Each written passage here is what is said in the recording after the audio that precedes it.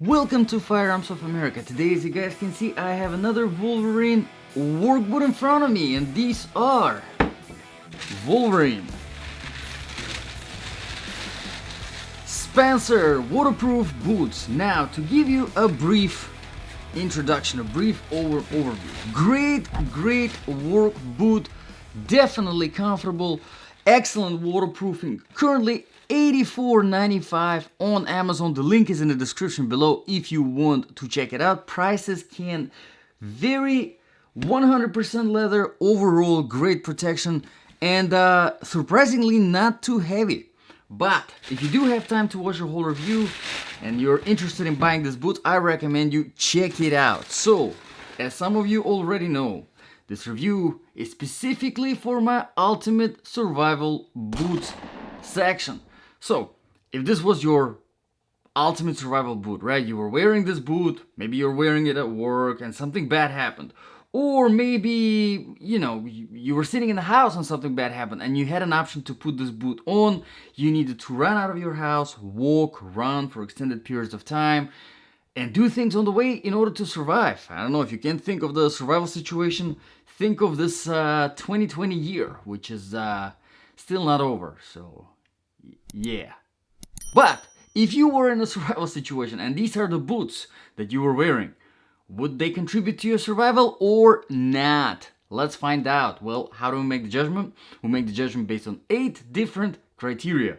Let's start. Criteria number 1, of course, the comfort level. Yes, one of the most important ones. So in order to do the comfort level testing, I do a equal test for all of my boots that I review on this channel.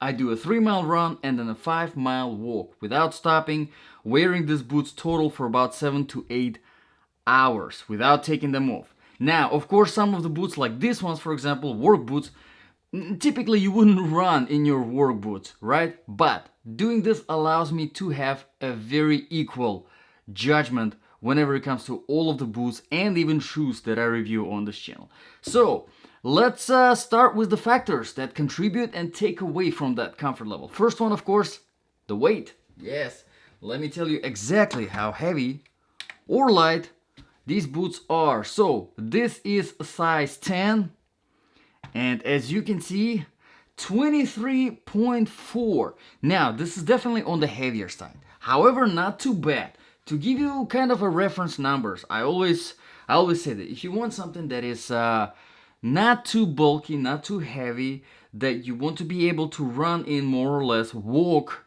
for extended periods of time, wear the your shoes, boots in general, without feeling that fatigue from the weight. You want something under 20 ounce. As you can see, these are a little bit over, but again, for all the protection that they do provide, I have to say, it's not that bad. There are a few other factors that we usually talk about in this comfort level section. Of course, the inner sole. And I have to say, inner sole here is excellent.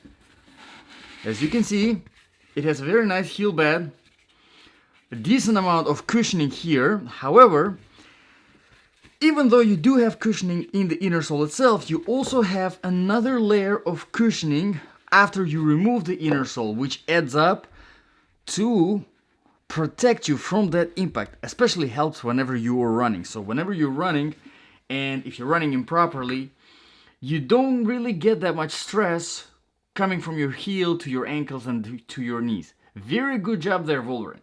Now, of course, we do have our padding on the tongue. We do have our sufficient amount of padding in the shaft. Very nice and soft. Just really good. Definitely adds to the comfort. And on the inside of the toe box, even though not a lot, you still do have a little bit of that nice cushioning that definitely adds up to the comfort level as well. Another thing that I wanted to mention here regarding the comfort level is the flexibility of the bottom sole. Even though it is, look at this, how bulky and huge it is surprisingly still very flexible. So you can actually run properly. I know you probably won't, but you can run properly in this boot because the bottom sole is so flexible. So overall, The only thing that I would say whenever it comes to the comfort is that they are a little bit on the heavier side. But for all of the protection that they offer, I think that's definitely worth a sacrifice. Wolverine did a great job there. Alright, let's move on to the criteria number 2 now. Proofing and protection. Now, proofing wise, I already mentioned in the beginning, they are waterproof. You probably already noticed the gusseting on the tongue here. And this gusseting here gives you about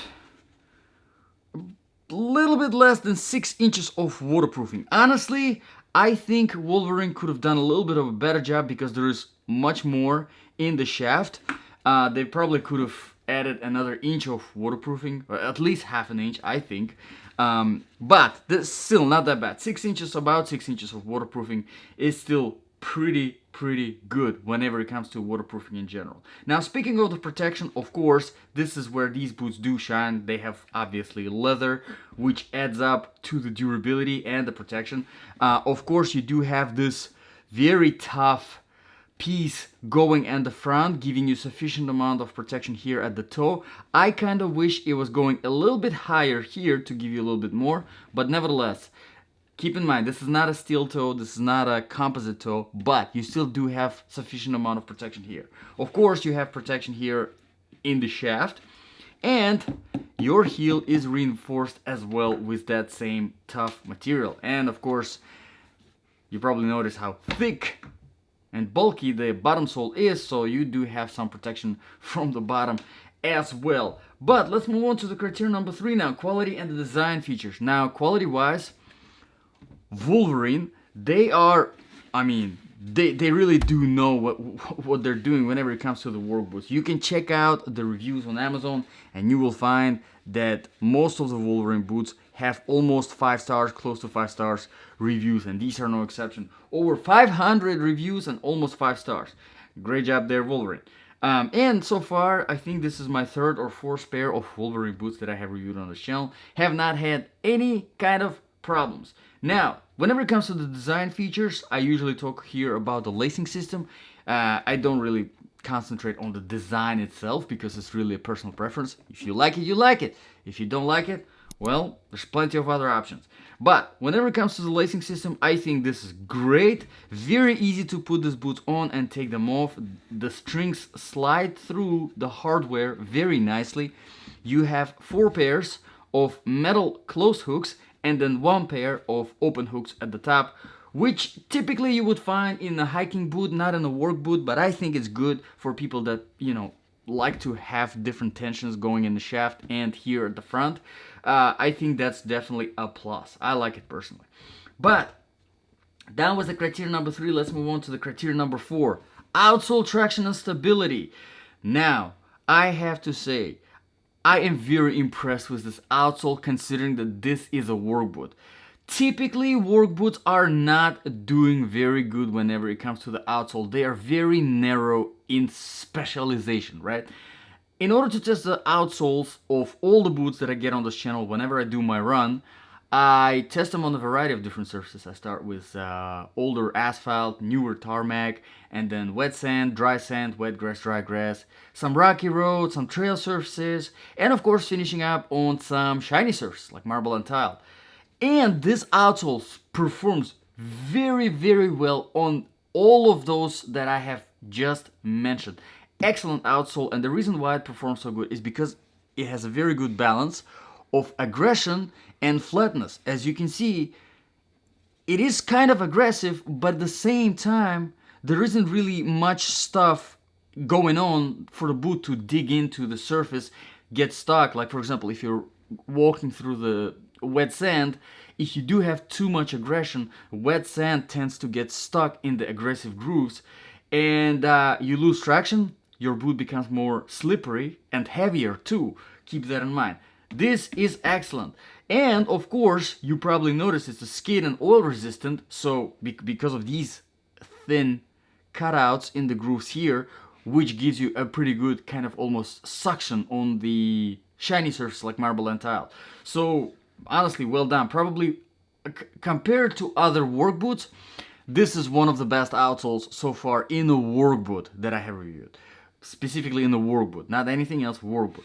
And they even implemented my favorite ridges here. So if you need to climb something in these boots, if you're climbing, for example, a slippery ladder, which you probably would if you know, for work, but even a rope or a tree, this is very, very helpful. So, I mean, Wolverine, fantastic job. Probably one of the best outsoles in general, and definitely the best outsole so far in the work boot that I have reviewed. But let's move on to the criteria number 5 now, the temperature. Temperature wise, of course, these are not really winter boots. They have no insulation. They have not been designed to be winter boots. Although I do have to say, if you implement some insulated socks, you can probably get away with some pretty cold temperatures. And because these are waterproof, they should perform just fine in the snow. Outsole will be completely fine in the snow. Of course, it's going to be slippery on the ice, just like pretty much anything else, except the specific ice boots.